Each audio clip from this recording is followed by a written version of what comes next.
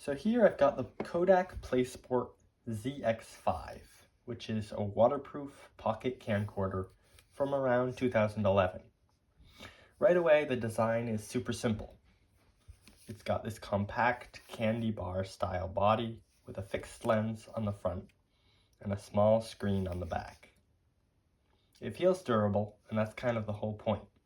This was built to be used outdoors, and it's actually waterproof down to 3 meters. So you can take it to the pool, the ocean, or just not worry about getting it wet in the rain. On the back, you've got a pretty basic control layout. There's a directional pad for navigating menus, a record button right in the center, and a few dedicated buttons for playback and deleting clips. The interface itself is pretty straightforward. There's nothing fancy. It's just simple and easy to use.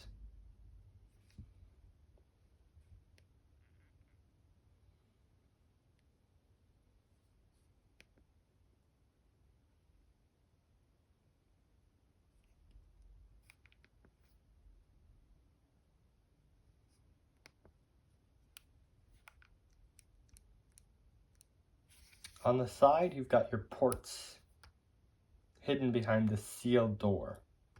There's an HDMI port and a USB port. The battery in this camera is not removable, so you just plug it in with a micro USB to charge it. On the other side, there's a slot for an SD card.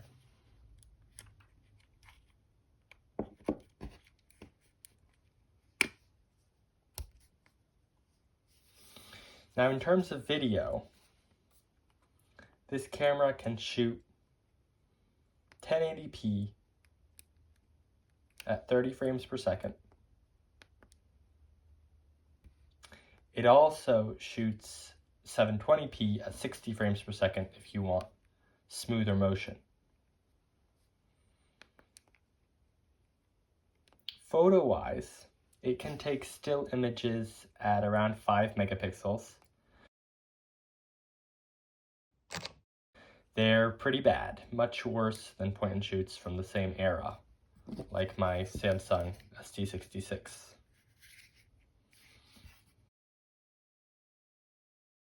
One feature Kodak advertised pretty heavily was image stabilization. So it does have digital stabilization built in, but since there's no optical stabilization, it's still really bad by today's standards. Since this is a very rugged camera and it has sport in the name, you might think it would be a great option for filming things that move, sports. But I tried filming part of a bike ride with it. The footage was really bad, quite vomit-inducing. It's best used in a situation where you can hold it really steady, like what I'm doing right now. And not have to move it, like filming from a bike or during a run or really anything that moves. There's also no zoom lens here, just digital zoom. But you want to avoid using that because it drops the quality really fast.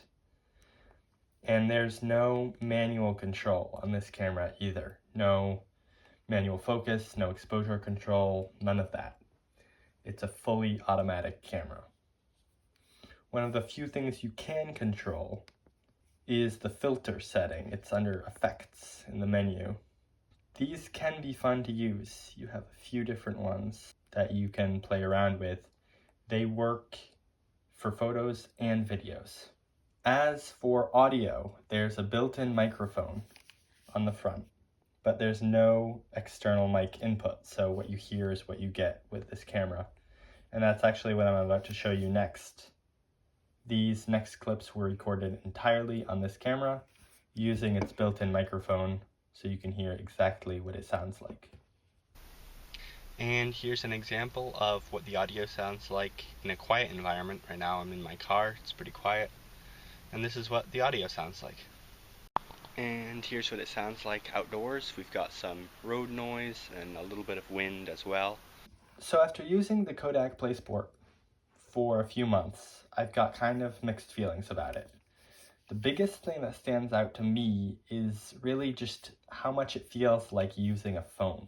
The shape and the way you hold it are very similar to a smartphone experience. And for me, that's a downside. When I go out to take photos or videos, I like using something that actually feels like a camera. I want some level of manual adjustment. And ideally, I want a viewfinder, something that gives me more intention and control over the image. This doesn't really offer any of that. Instead, it kind of feels like a really low quality phone, except it can't do any of the phone stuff.